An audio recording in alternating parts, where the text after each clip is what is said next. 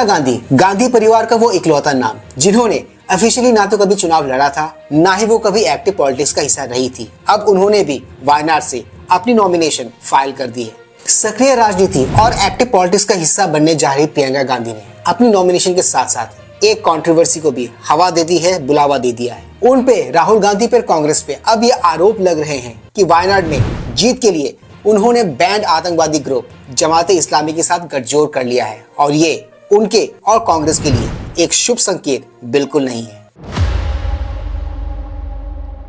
Please like, share, subscribe YouTube channel ताकि हम ऐसे कंटेंट्स बनाते रहें। ऑलराइट दोस्तों, वीडियो को कंटिन्यू करते हैं यहाँ से आगे। फिर आज के इस ब्लॉग में हम देखेंगे, सुनेंगे और समझेंगे दी कंट्रोवर्सी अराउंड प्रियंका गांधी जी का वायनाड में नॉमिनेशन, वहां से उनका चुनाव लड़ना, जिसके लिए उनको उन्हीं की अलायंस पार्टनर्स घेर रही है और क्यों घेर रही है।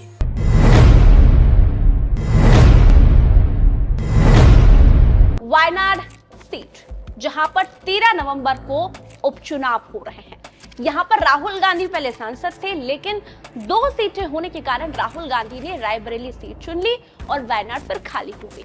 फिर उन्होंने ये डिसाइड किया कि प्रियंका गांधी, उनकी बहन को यहां से चुनाव लड़ाना है। प्रियंका गांधी लगातार चुनाव प्रचार कर रही है, लेकिन इसी बीच वामपंथी सीएम, केरल के सीएम पिनराई ने प्रियंका गांधी पर एक बड़ा आरोप लगा दिया है।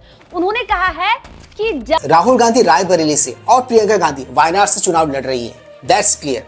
बट पेच वहां जाके फंसा जब केरला के लेफ्ट सरकार, जो कि कांग्रेस की अलाई भी है, इन्होंने प्रियंका गांधी और राहुल गांधी और कांग्रेस पर आरोप लगा दिया। वो आरोप एग्जैक्टली क्या था, वीडियो में हम आगे वही देखेंगे। जमात इस्लामी के लिए प्रियंका गांधी चुनाव लड़ रही है, ये अपने आप में एक बड़ा बयान है। जमात इस्लामी क्या है?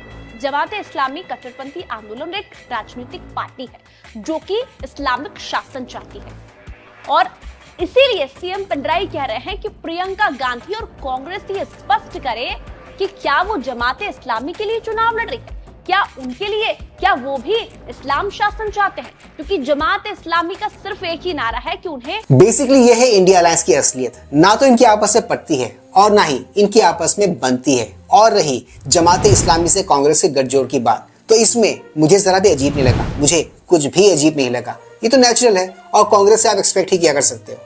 दुनिया को इस्लामिक शासन बनाना है, ये सीएम पिनराई ने प्रियंका गांधी से सवाल किया है।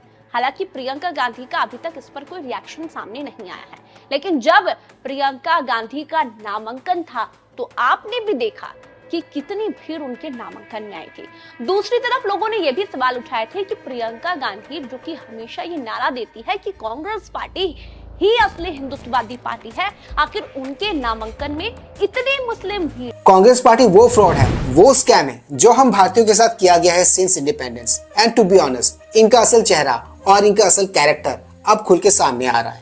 And if it is true, जो भी दावा किया जा रहा है इस वीडियो में प्रियंका गांधी, राहुल गांधी और कांग्रेस को लेकर, अगर वो सच है तो ट्रस्ट में ये बहुत ही प्रॉब्लमेटिक है। और है प्रियंका गांधी के रिस्पॉन्स की बात, अगर वो रिस्पॉन्स नहीं कर रही है तो उसका मतलब आप सब समझ जाइए, क्योंकि कभी कभी साइलेंस का मतलब भी हाँ ही होता है। वहां पर कांग्रेस के झंडे से ज्यादा हम ये देख रहे थे कि कितनी मुस्लिम भीड़ दिखाई दे रही थी। तो अलग अलग तरह के सवाल प्रियंका गांधी पर और कांग्रेस पर थे, लेकिन इस बार वामपंथी सीएम ने प्रियंका गांधी पर जमात इस्लामी के समर्थन में चुनाव लड़ने का बयान दिया है, और ये बयान उन्होंने 6 नवंबर को दिया। वो भी तब चुनाव प्रचार ही कर रहे थे प्रत्याशी के लिए, और प्रियंका गांधी से अपने स्टैंड मांगा है। आपको बता दें, जमात इस्लामी हिंद की राजनीतिक शाखा welfare party of India WPI सब कह रहे थे कि ध्रुवीकरण हो रहा है और पोलराइजेशन हो रहा है। कांग्रेस पार्टी तो हमेशा से ही समुदाय विशेष के साथ खड़ी थी।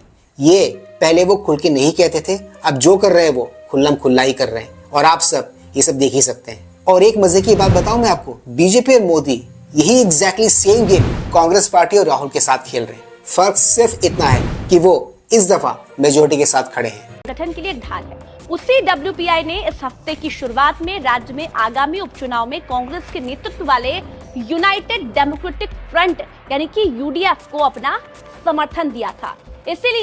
इसीलिए तमाम तरह के सवाल जो है वो केरल के सीएम की तरफ से उठाए गए हैं। लेकिन वायनाड की जनता क्या कहती है, क्योंकि यहाँ पर नव्या हरदास, जो कि भारतीय जनता पार्टी की प्रत्याशी है, पार्षद रह चुकी है, काफी दमदारी से, निडरता से प्रियंका गांधी के सामने उतरी हुई है।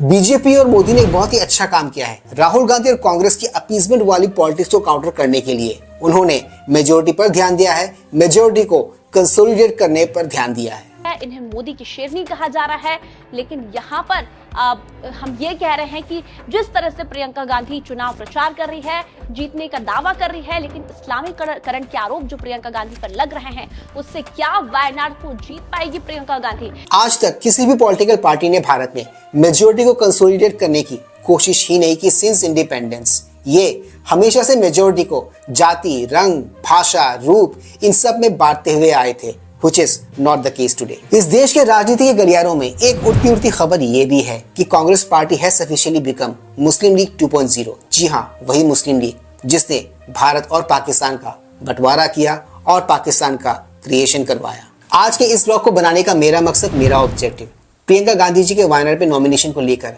चल रहे कंट्रोवर्सी को आप सबके साथ शेयर करना था। Rest I leave it up to your wisdom, up to your knowledge, up to your gyan कि आपको इस खबर का क्या मतलब निकालना है। आज के इस ब्लॉग में सिर्फ इतना ही। मैं मिलूंगा आप सबके साथ अपने अगले ब्लॉग में। Till then keep smiling and yes, do not forget to like, share, subscribe our YouTube channel. इससे हमें शक्ति मिलती है, इससे हमें ताकत मिलती है और इससे हमें मोटिवेशन मिलती है। कीप स्माइलिंग दोस्तों।